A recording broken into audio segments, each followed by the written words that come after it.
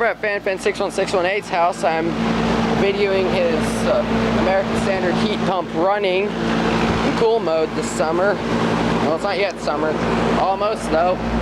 The model number is WCH036B100AA. Serial number is L475JXD3H. Is made in November of 1996. The condenser fan puts off quite a bit of air, so I guess that's good. And you can hear the compressor, it's nice and loud. It's a reciprocating compressor from looking in there.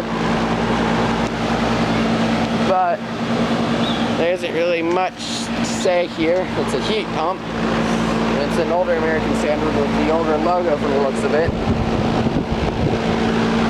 But yeah, FanFan61618's 1996 American Standard heat pump. Over and out.